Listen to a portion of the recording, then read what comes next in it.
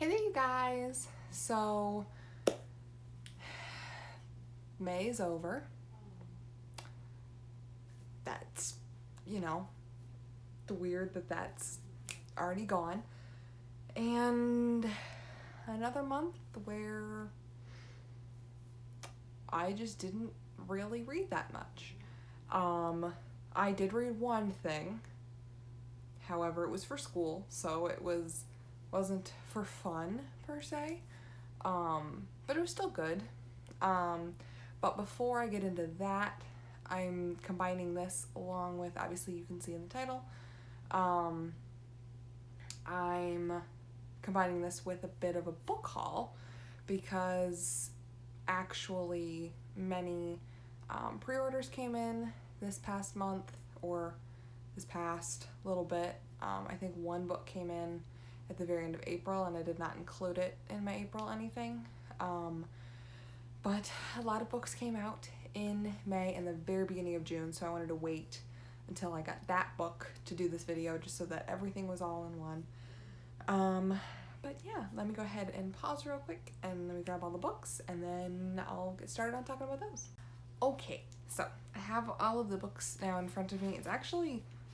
It's quite a few, however, only 3 of them were pre-orders. The rest of them were all for school. So I have 10 books that I purchased this month or this past couple of months.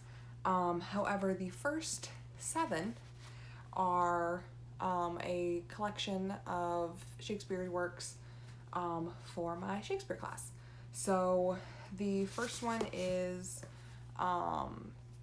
Shakespeare's Complete Sonnets. So it's all 154, sorry.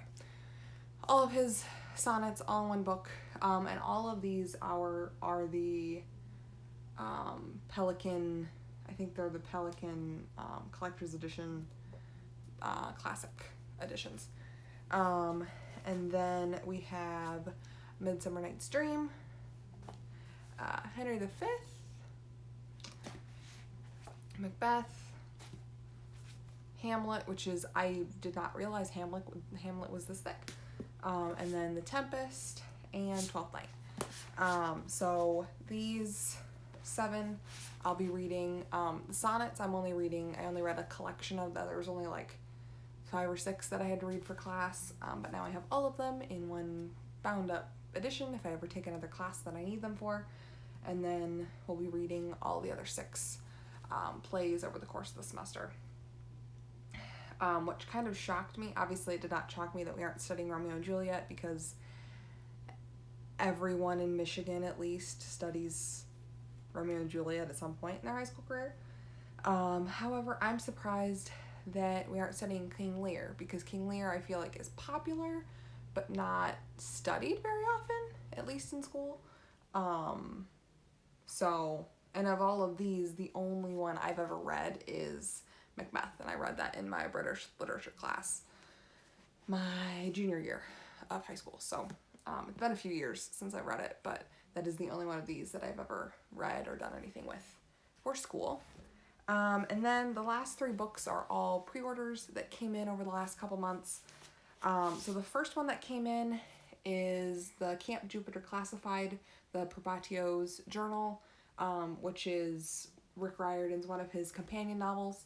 I believe that this story takes place after Trials of Apollo, so it will be quite a long time until I get to this, but I could be very wrong because it takes place in Camp Jupiter, so I don't know if that means, and I have to do more research on this, I might just wait and read it once I'm all done because that's in order of release. But I feel like I saw somewhere that it takes place after the Heroes of Olympus series, so we'll see. I might be reading it sooner than I think. The next book that I have in front of me is one of the most amazing books that once I found out it was coming out, I was so excited, and that is The Ballad of Songbirds and Snakes by Suzanne Collins. the whole reason why I am rereading the Hunger Games trilogy now after so many years, because of this beautiful, beautiful book, which is a lot denser than I thought it was going to be, which is fantastic. A lot denser than any of the other Hunger Games novels. The other Hunger Games novels are like between 300 and 400, and this book is just over 500 pages. So I'm excited to get to this and kind of see how this changes everyone's perspective on it. But yeah, so this was when this came in the mail. I was so excited. And I was like, oh my gosh, this is going to be amazing. So, and the cover is so beautiful. It's just such a glorious, glorious book, and I'm super excited to get to this.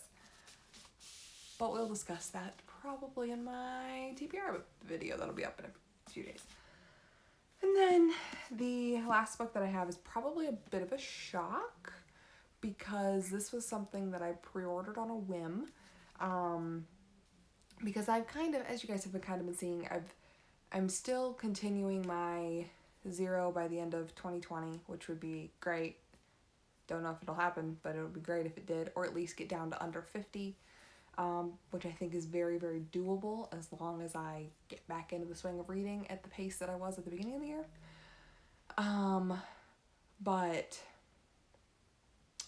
So I've kind of been purchasing here and there books that I think are really, really interesting, like Hunger Games and stuff. I don't really count that necessarily because it's a new book in a series that I've read. However, this book is completely out of nowhere, like a couple of the books I got a few months ago. And that is Joe and Laurie by Margaret Stohl and Melissa De La Cruz, which is basically a retelling of the end of Little Women, except it's Joe and Laurie getting married and living happily ever after. So I'm really interested to see, to read this and kind of see how that changes. I still, as you guys are very much aware, have not read Little Women. I plan to, but that is definitely a book that I want to make sure that I'm blocking out a good chunk of time to sit down and read and devote energy to.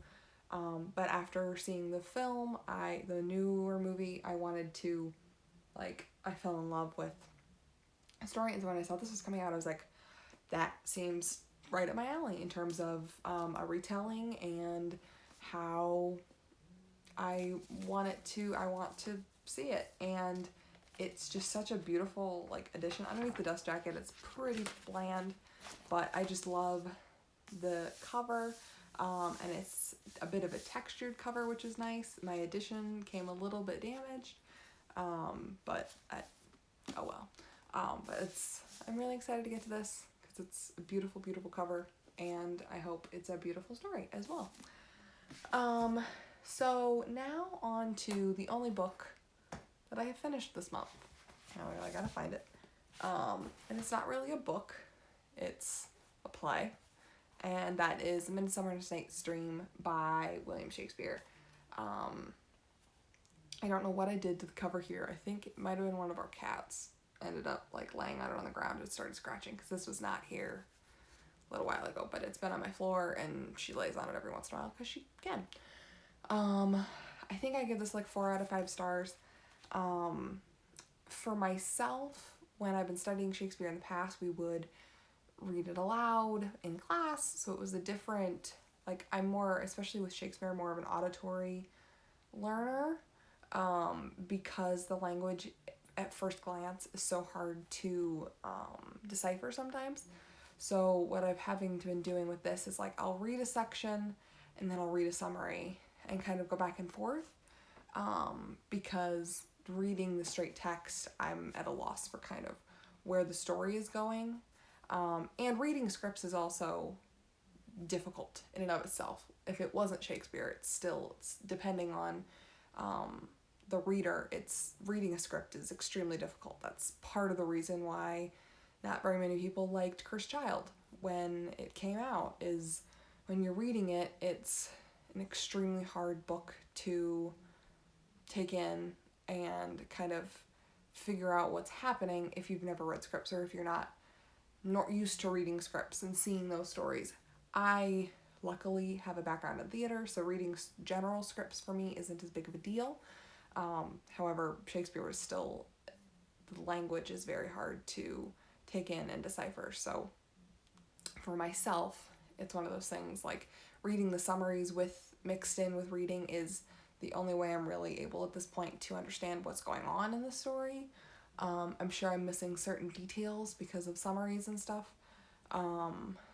but I'm trying to kind of split that difference in order to also be able to take in the story as it was meant to. So this is the only book I finished this month, which isn't a bad thing, but it's not a good thing either.